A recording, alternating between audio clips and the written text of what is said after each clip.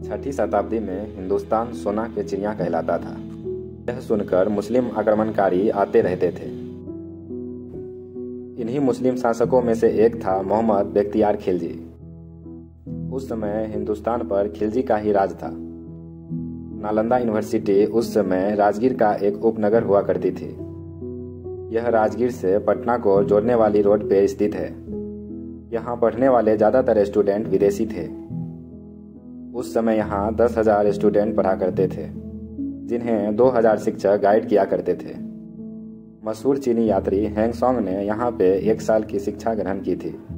यह वर्ल्ड की प्रथम यूनिवर्सिटी थी जहाँ पे रहने की भी उत्तम व्यवस्था थी। हम बात कर रहे हैं नालंदा यूनिवर्सिटी के बारे में। तुर्की के शासक बख्तियार खिलजी ने नालंदा विश्वविद्यालय में आग लगा दी थी। कहा जाता है नालंदा विश्वविद्यालय के पुस्तकालय में इतनी पुस्तक थी कि 6 महीना तक आग धधकते रह गई थी। उन्होंने अनेक धर्माचार्य और बौद्ध भिक्षुकों को मार डाले थे। खिलजी ने उत्तर भारत में बुद्धों द्वारा शासित कुछ क्षेत्रों पर भी अपना कब्जा कर लिया था। इतिहासकार नालंदा विश्वविद्यालय के जलाने के पीछे का कारण बताते हैं। वे बताते हैं कि बख्तियार खिलजी एक बार बहुत बीमार हो गया था। उसके हकीमों ने उसका काफी उपचार भी किया, लेकिन कोई फायदा नहीं हुआ। तब उसे नालंदा विश्वविद्यालय के आयुर्वेद विभाग के प्रमुख राहुल श्रीभद्र जी की उपचार कराने की सलाह दी गई। उसने आचार्य राहुल को बुला लिया। उसने यह शर्त लगा दी कि वे कोई हिंदुस्तानी दवाई का यूज नहीं करेगा।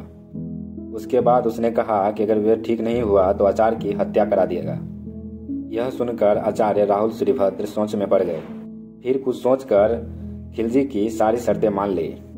कुछ दिन बाद वे खिलजी के पास एक कुरान लेकर पहुंचे। वे कहे, जितना आप ये कुरान को पढ़ सकते हैं आप पढ़ें।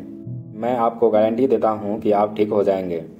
दरअसल राहुल श्रीभद्र जी ने कुरान के कुछ पन्नों पर दवाई का एक लेप लगा दिया था।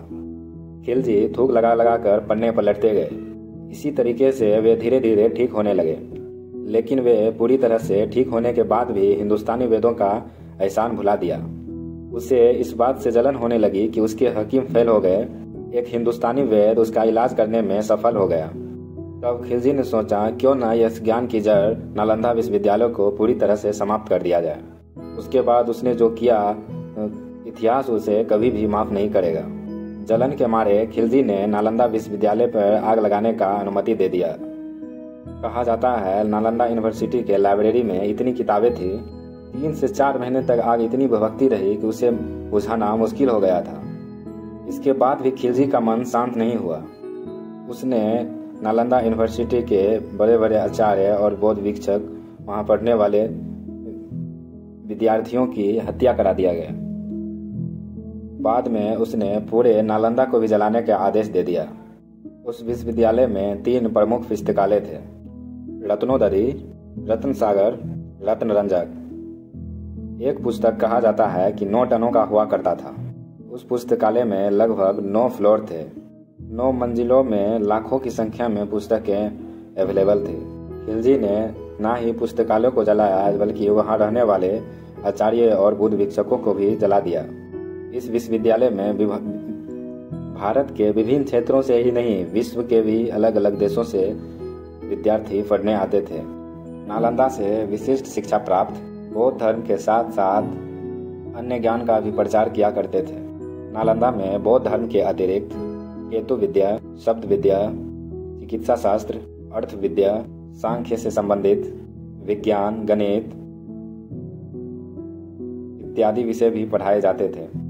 युआंगचांग ने लिखा था, नालंदा के 1 सहस्त्र विज्ञान में से 100 ऐसे थे जो सूत्र और शास्त्र जानते थे और 500 ऐसे थे जो अन्य विषय में परंपरागत थे।